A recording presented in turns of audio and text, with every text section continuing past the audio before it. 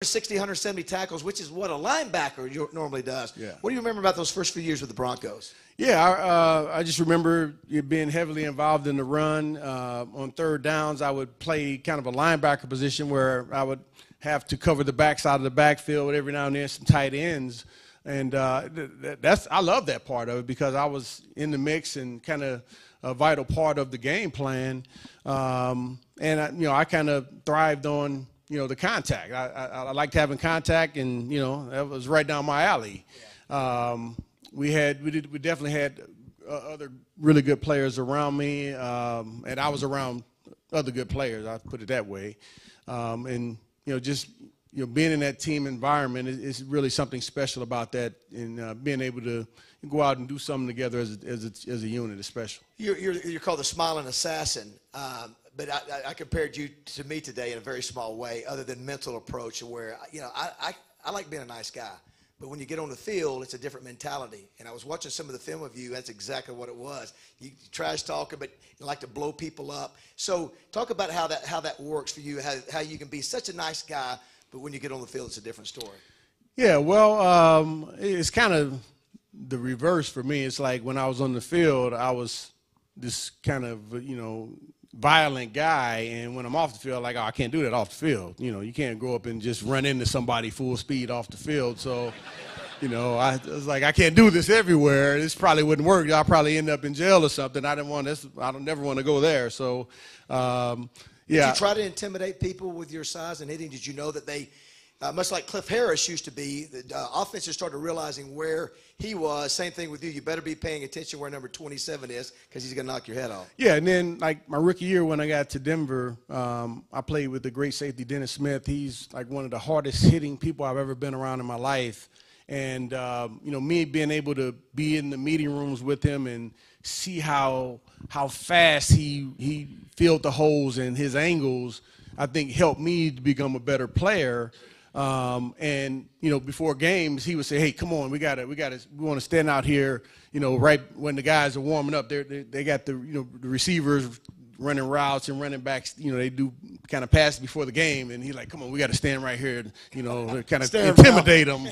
And one time I remember I left away. He's like, "Hey, come on, we got to stand here," and I went away like, "Hey, man, they lose the effect if both of us aren't here." So yeah, that kind of. I became more aware of that as I got more experience in the NFL, that a lot of times players, offensive side, they're looking over to see who's going to be tackling me, and like, oh man, that guy, they're going to be hitting me.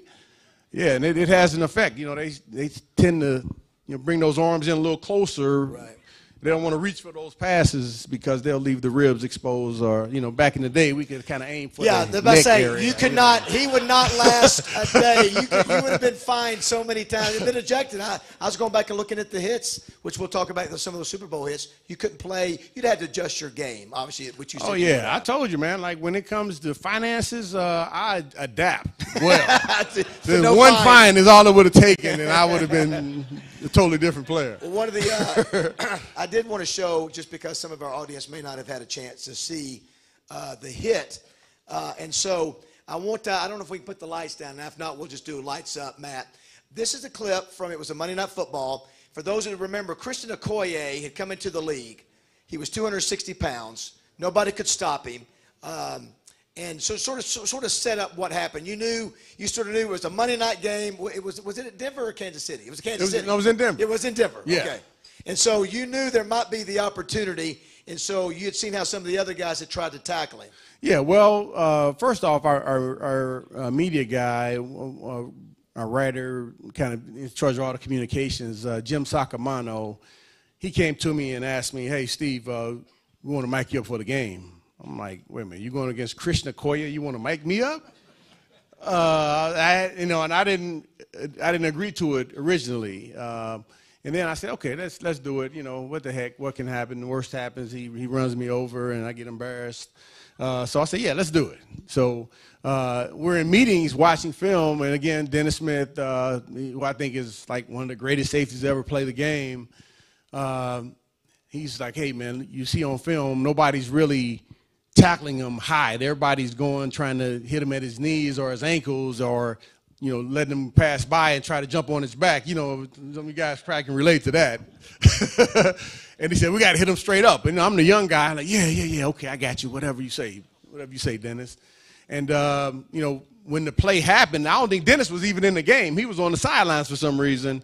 And I just saw the hole open up. I remember what he told me, and I just went up in there with everything I had and just kind of dropped the shoulder, and it worked out nicely. Now, for those who haven't seen it, we're going to play it, and you can hear, we'll have to turn the volume up, you can hear a little bit of your talk. I think there was a couple bleeps in there maybe. But this was Monday Night Football, Steve Atwater versus the Nigerian Nightmare. Time, baby. Let me really give it up. Lock it up, lock it up, lock it up, lock it up, lock it up. In the Kansas City game, I was standing maybe one man away when he made a big hit on the Collier, and just the sound of that hit fires you up. And all of a sudden, it was like, pow! And the running back went backwards. I was looking around to see who the heck made that hit. I should have known. It's the first time that I've probably ever seen a 260-pound back run into a free safety and go flat on his back. I mean, it was exciting. On the hit with Okoye, it was a big hit at that time, and we're thinking about the next play defensively, but I did take the time and allow myself to watch the replay at Mile High Stadium, and when they replayed it, the whole crowd went,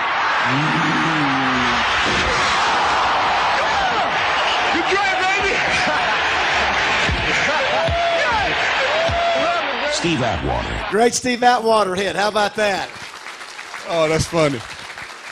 Now, were you sore at all that hit? And were you sore extra that day or that next day or no? I mean, it's crazy because that guy was so big, and it all was right. It all felt right. I just got the right angle, and I guess he was kind of mid-step, so it all worked out right. Now, I've hit guys much smaller than that and got dizzy, and I remember playing against the Redskins one time, and they had a smaller running back. I think his name is Jamie Morris. His last name was Morris.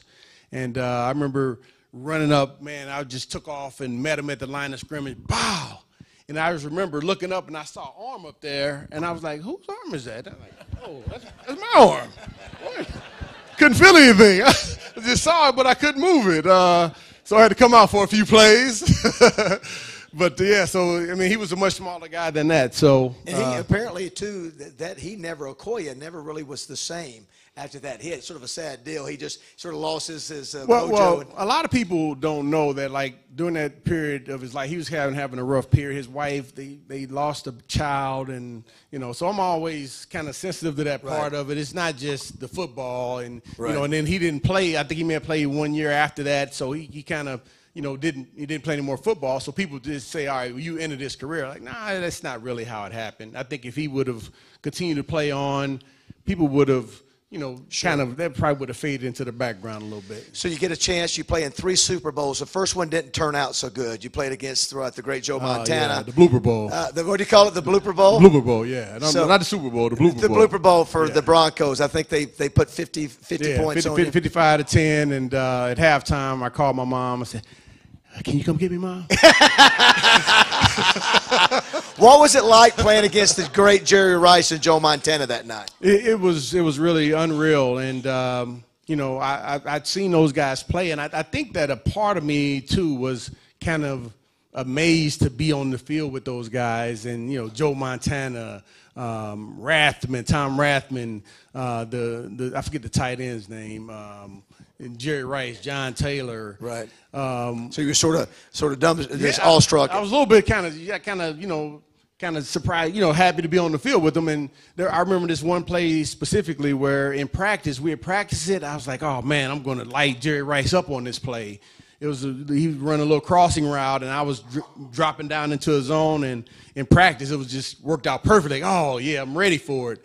And game time came, and it unfolded just like in practice, and I went to hit him, and it was the wrong shoulder or something, but he just bounced off of me and just ran into the end zone. I'm laying on the ground like, man, this is the worst day of my life. And so you lose that game, get embarrassed. You wonder if you're ever going to get back. You know, you got the great John Elway as your quarterback, and fortunately you do get back. You get Terrell Davis, who turns out to be a great addition. Talk about those Super Bowls, and I think we got a shot of after one of them. I don't know which one we have, Matt, but no, go to the next one after this one. I thought this was this next one. No, well, that's a knockout punch right there. That guy is out. But no, the next one I think it is, Matt.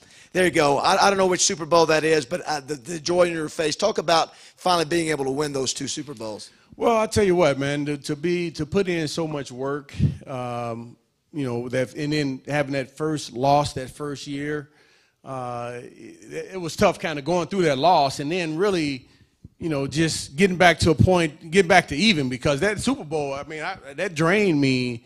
I think it drained my confidence. It drained my belief in us as a team. You know, man, we got beat that badly against another NFL team. There's another level that I hadn't ever experienced. And when Mike Shanahan became our head coach, he came in and I think he instilled a sense of confidence in us that we could do anything, you know. And as players, we had a ton of confidence in our coaches that they knew what the heck they were doing. And not that it wasn't that way beforehand, but now it's like, man, these coaches are on another level. We felt like we had great players on the team. We had confidence in each other, and we all played hard. We had great leaders who practiced hard.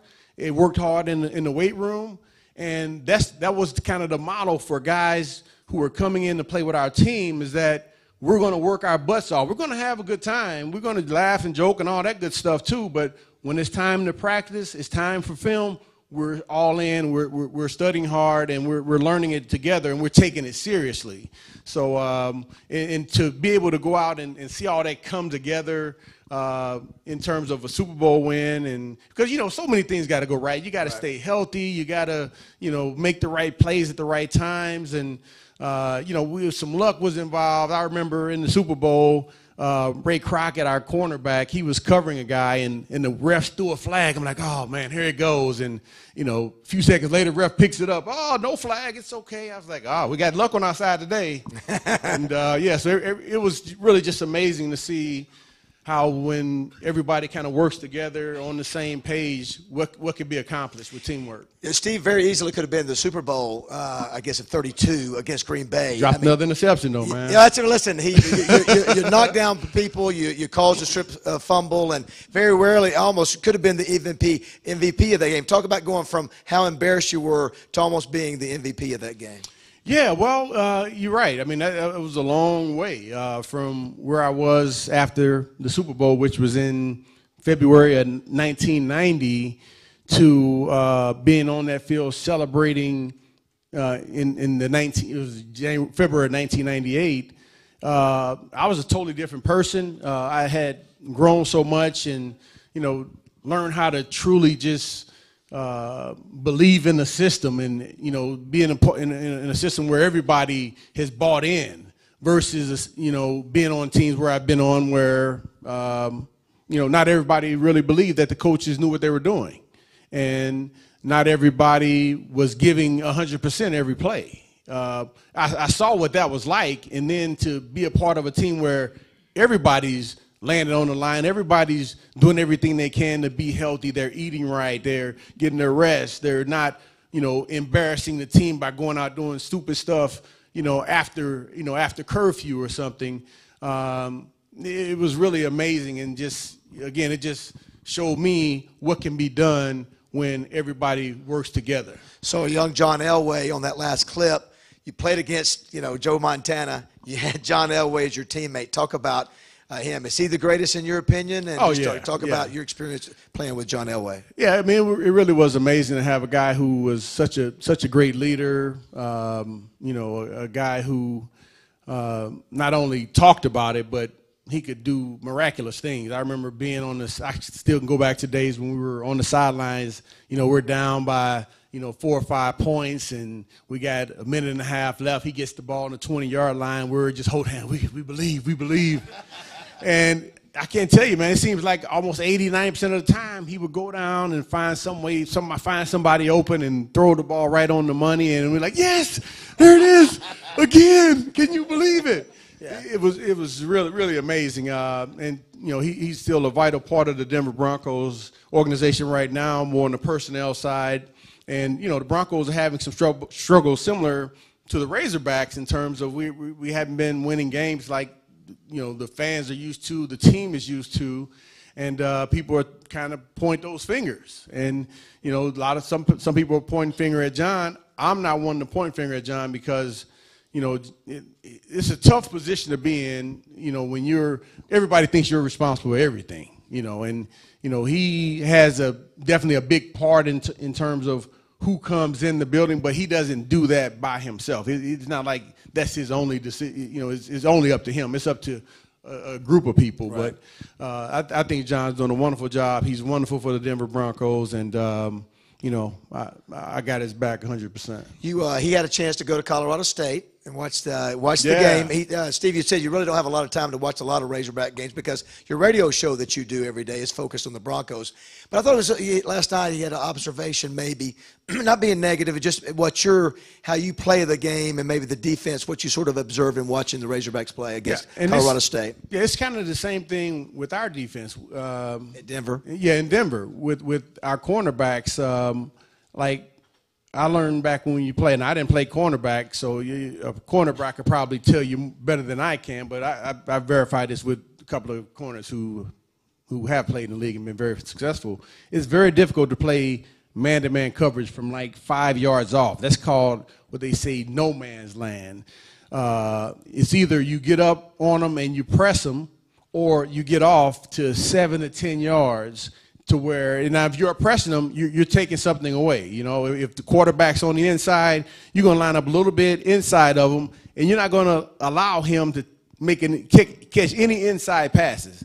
Let him catch anything. If he catches an out route or a corner route, that's fine. That's the weakness of the defense. But if I line up on you here, I'm not letting you catch anything on the inside. But I see a lot of cornerbacks line up at 5 yards off, and they don't take anything away. They don't take inside routes away. They don't take outside routes away. They're not off far enough to read the quarterback to see if it's a three-step drop. And the receivers are on them right away. And with the rules now, you can't hardly touch them. So it's like, why would you be at 5 yards? I've never understood that. Is that a talent thing that maybe they don't have the confidence to play up tighter? They don't want to give them a 10-yard cushion. I don't know. Yeah, I mean, what do you do at 5 yards, though? I mean, you got to evaluate. Go back to your film and see. All right, if you're at 5 yards and they're catching 90% of the passes thrown on you, you got to do something different. What do you think the most important thing for the Razorbacks to get back to like when you played, to be able to compete and be a top 10 team? What do you think the most important ingredients for that are? Well, you got to have players that believe in the system. You know, players that believe in the system, or you have to have good players. Or you're saying maybe not as much. Well, you got to have some great players, like we talked about a little earlier. Right. Then you got to have some guys that may not necessarily be great players, but they're scrappy. They're going to fight. They're going to give everything they have. And we had guys like that on our team in the NFL. You know, a lot of guys look at them and look at their size and weight to say, he couldn't play. But then you see he's scrappy. He's making all the right decisions. He's in the right place at the right time. He has great hands. And, you know, you need those types of players on your team. And you can't do that by, you know, clocking them and seeing what their 40 time is or seeing how high they jump. You just got to put them on the field and see how they play. And some guys are playmakers, others aren't. Yeah, we were talking last night about how Arkansas needs to have at least 5 or 6 guys on each side of the ball that are good enough to play in the league. They either going to play, they're going to get a tryout. They're that physically that good. You're going to have, you know, Alabama's a different story. You know, but Arkansas is one of those where the other 4 or 5 are guys like me who may be too undersized but come from a top program from the state of Florida that's, you know, quick, strong, high football IQ. Tony Cherico, right. A few inches undersized, All-American though.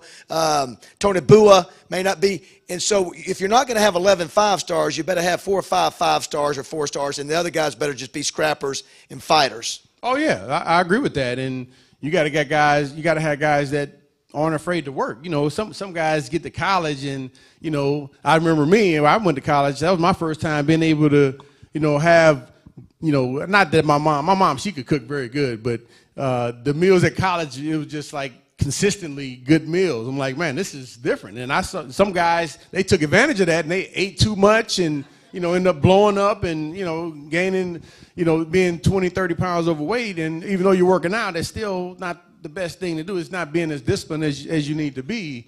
So, you got to have guys who, know how to kind of, they're growing as young men, for one. They've been away from home for the first time.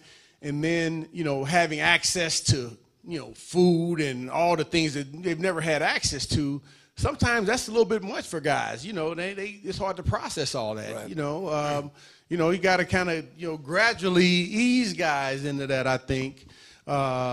It's to where, they can kind of, take it all in and still keep that hunger to play football, because a lot of guys, they lose the hunger from high school to college. They just lose it. And sometimes they're going up against guys that are much bigger and oh man, I just can't do it. And they a lot of people just give up before they even know what's at the end of the rainbow, right. On your Twitter account, it says NFL Hall of Famer wannabe. I thought that was it. It said NFL Hall of Famer wannabe. Is that important to you, getting in the NFL Hall of Fame? Well, you know what? If I don't get in, obviously it's not the end of the world, but, it would be something that I would be extremely proud of, and that's something that I definitely want. You were a finalist somewhere in the last? Yeah, I think 2 or 3 years ago I was a finalist. Yeah. You're in a ton of Hall of Fames. You're in the St. Louis Hall of Fame. You're in the Colorado Hall of Fame. You're in the Arkansas Sports Hall of Fame. But the NFL Hall of Fame is obviously the one. Yeah, the Pro Football Hall of Fame. That's that's just a little bit another level. Another level, and so many of my friends are in there, and when I see them, they're like, "Hey, man, why aren't you in?" I'm like, "I don't know." If I knew, I'd do something about it. Right. But I'm patiently awaiting, and hopefully one day it'll happen. But the owner of our football team, the Denver Broncos, Mr. Pat Bowlen, we had a great relationship. Still have a good relationship. He's been diagnosed with Alzheimer's. He's progressed, and unfortunately, his wife, Miss Annabelle Bowlen, she's been diagnosed with it as well. And he's a finalist this year for the Hall of Fame. Right. And I'll tell you what, if he gets in, that would be worth it. Even if I don't ever get in, it'd be worth it for me that Mr. Bowlen gets in the Hall of Fame. He's such an amazing owner. Family's important to you. Tell everybody about your kids. You got 4 kids, right? Yeah. Well, I have 4. We have 4 kids. Yeah, I have my older boys, 26, 24, and 22. My oldest son, he's graduated from Stetson Law School, Georgetown University undergrad. My second guy, he graduated from Princeton. He didn't get that from me. That's from my wife. My wife's from Arkansas. I married well. So, your wife is from Arkansas? Yeah, she's from Mark Tree. From Mark Tree. Yeah. Okay. And then you still have a cousin who's here, right? I got cousins all over Arkansas. Yeah. And then, did you say your grandmother had spent time? No, my aunt, my great aunt. Your great aunt. Okay. Yeah. And so you were saying your 2 kids, your 2 older boys, and what about your next 2? And then my youngest son, he graduated from a small school called Pitzer College in Claremont, California, and he's actually doing an internship with the Broncos. He's working in the marketing department. They have him doing all kinds of stuff, though. He wakes up at 6 in the morning, and heads out, and he doesn't get in at like 8 or 9 at night, and he's got to, everything they do, they got to, with the football stadium, it's not just the football games. They don't just make money off of that. They make money all year round. They try to keep that building occupied with, different events that are going on. They got Halloween events. People are going to be coming through doing trick-or-treating. So he goes and helps set up all these events and helps organize all of it. And so it's an internship now, and hopefully at the end of the period he'll prove that he can work hard, and he'll have an opportunity to be full-time there. Well, I'll say this about Steve, and we'll wrap things up, is that, one of the things they always ask is, what do you miss about playing ball? Obviously, you played a decade of NFL. College ball for me is the friendships we develop. Yeah. And Steve was a young man. I was a team captain. You were a youngster. But one thing I remember about Steve is just what a great young man he was, how classy he was at the time. I remember saying that you're going to have success because physically you have what it takes, but you're a good person too. What's great is to come back. We really haven't had. Last night we had a chance to. They didn't have room service here last night, so we have to at midnight. I have to take him. Welcome to Little Rock. Guess where we're going? McDonald's. Yeah, and so hey. I swear to you, That's good. But it gave us a chance to catch up and talk about some of the old names that we played with. But the great thing is that this guy has not changed a bit. And he was a great football player, but the thing I respect him, he's a better person. And, last night, you didn't care about the McDonald's. You just a low-maintenance kind of guy, and you're a good quality guy, and I just wanted to say that to you. Well, thank you. I mean, I'm kind of like you. I mean, I like people who are kind of low maintenance. I don't, when I get around people who, oh, man, this food isn't right. I need some other food. I get annoyed by that, so I don't want to be that type of person. So, right. Yeah. Well, he's agreed to take as many pictures and sign as many autographs. He's not doing the Mean Joe Green policy, right? No. Actually, so let's give a Little Rock Touchdown Club welcome the one and only Steve Atwater, everybody. Thanks for being here, Steve. Great job, Thank you all. buddy. I appreciate it. Good job, buddy. We'll get you right over here to do pictures. Over there. Good job as always. Thanks, Steve. I like this format.